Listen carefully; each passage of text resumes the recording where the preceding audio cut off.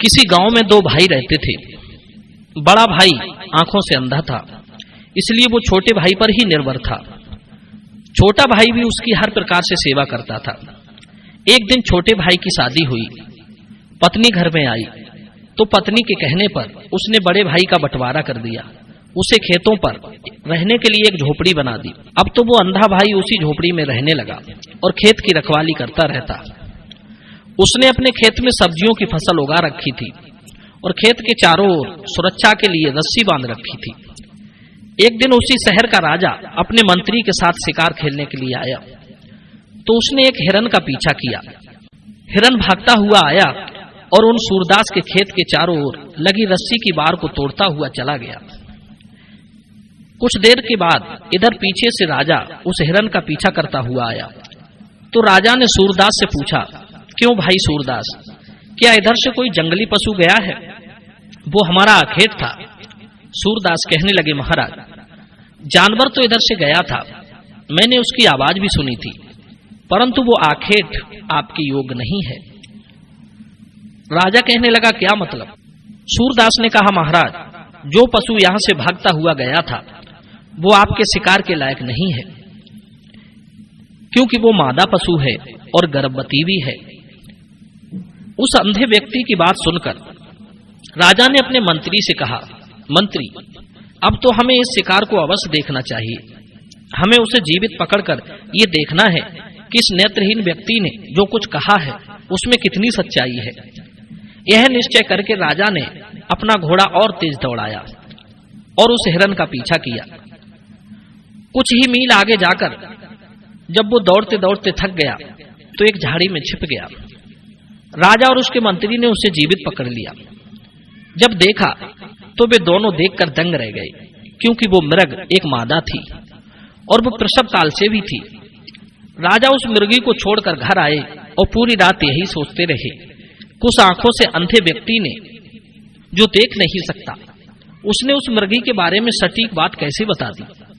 जो भी हो, हमें उसकी विद्या की परीक्षा करनी होगी।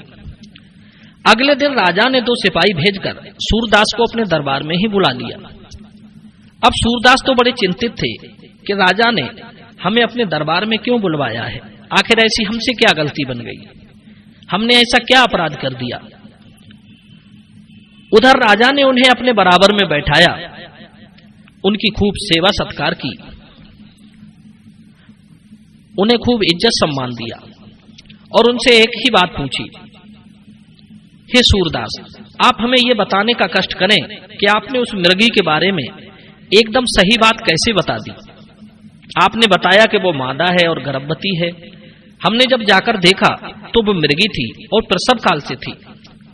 सूरदास कहने लगे, महाराज मैंने इस बात को ऐसे जाना, यदि वो नर पशु होता तो मैंने जो खेत के चारों ओर रस्सी की बार लगा रखी थी वो उसको छलांग लगाकर पार कर जाता, परंतु उसने ऐसा नहीं किया।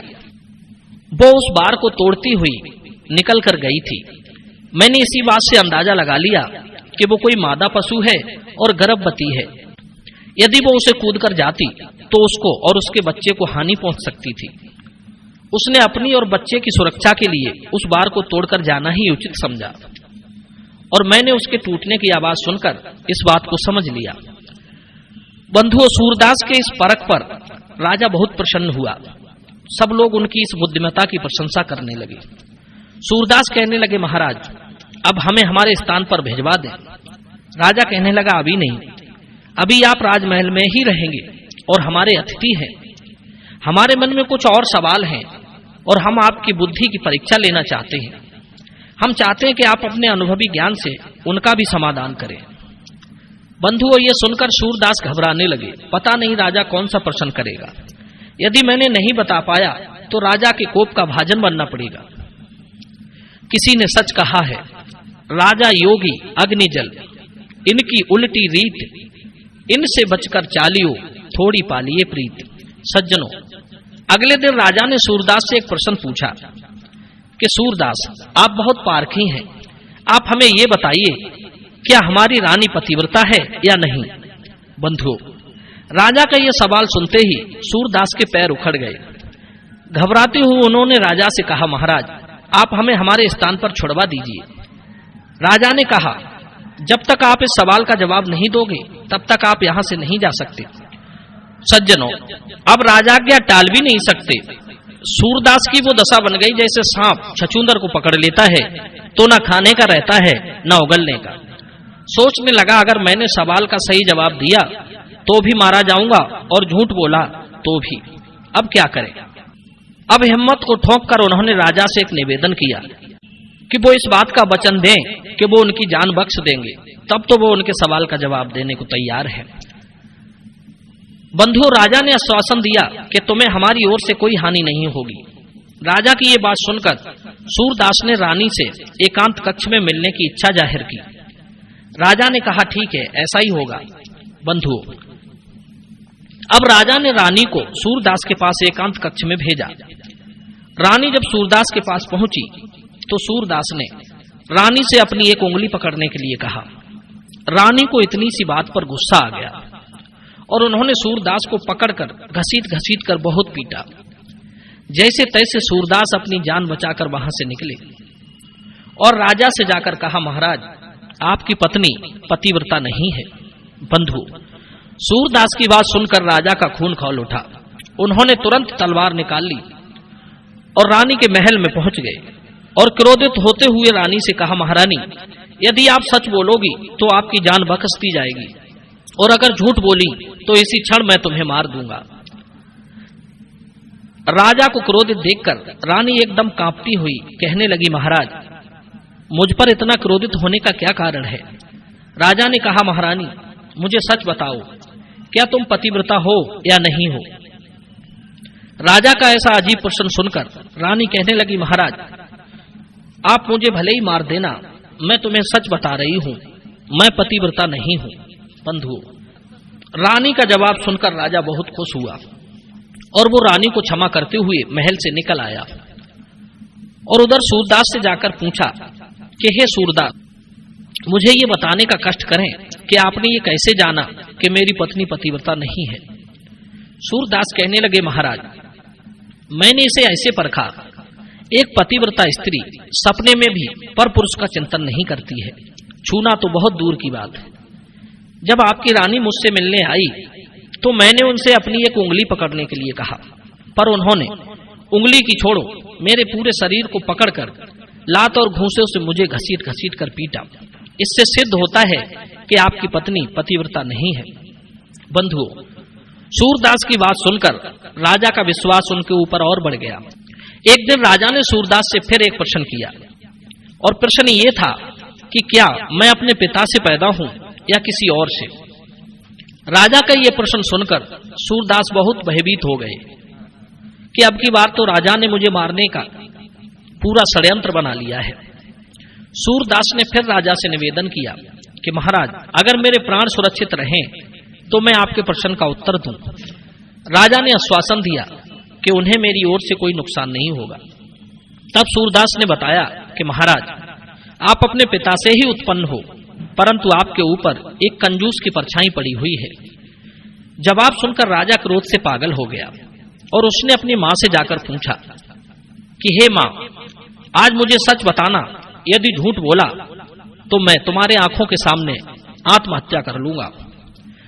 मुझे बताओ कि मैं अपने पिता से पैदा हूं या किसी और से। सवाल सुनकर मां का हृदय व्याकुल हो गया। और बंधुओं, एक मां सब कुछ सहन कर सकती है पर अपने पुत्र को अपनी आंखों के सामने मरता नहीं देख सकती। घबराकर मां ने कहा, पुत्र, तुम अपने पिता से ही उत्पन्न हो, परंतु तुम पर एक कंजूस सेठ की परछाई पड़ी हुई है। ऋतु स्नान के बाद जब मैं शीशा देख रही थी तो शीशे में मैंने उस कंजूस सेठ का मुख देख लिया जो पीछे से आ रहा था। मां के मुख से जवाब सुनकर राजा लौटकर सूरदास के पास आया और उनसे पूछा कि आपने कैसे पता लगाया? सूरदास कहने लगे, महाराज, मैंने ऐसे जांच किया कि अब तक मैं आपके 2 सवालों के जवाब दे चुका हूं। आपने मुझे एक कौड़ी भी इनाम में नहीं दी। यदि आपकी जगह कोई और होता तो अब तक मुझे माला माल कर देता। इससे सिद्ध होता है कि आप पर एक कंजूस सेठ की परछाई पड़ी हुई है। जवाब सुनकर राजा बहुत प्रसन्न हुआ राजा ने उसी क्षण सूरदास को एक तहसील का स्वामी बना दिया। इस तरह कहते हैं, ज्ञान वो निधि है जो आपको बहुत ऊंचे आसन पर बिठा सकती है। मनुष्यों में सदा 5 प्रकार का बल होता है। नंबर 1 कनिष्ठ बल। कनिष्ठ बल उसे कहते हैं जो बाहुबल कहा जाता है। नंबर 2 मंत्री का मिलना दूसरा बल है। नंबर 3 धन के लाभ को भी विद्वान लोग तीसरा बल बताते हैं।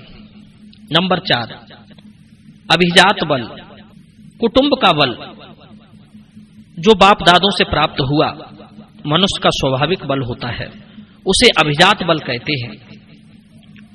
नंबर 5 पांचवा बल वो है जिससे इन सभी बलों का संग्रह होता है, जो सभी बलों में श्रेष्ठ बल है, जिसे बुद्धि बल कहते हैं।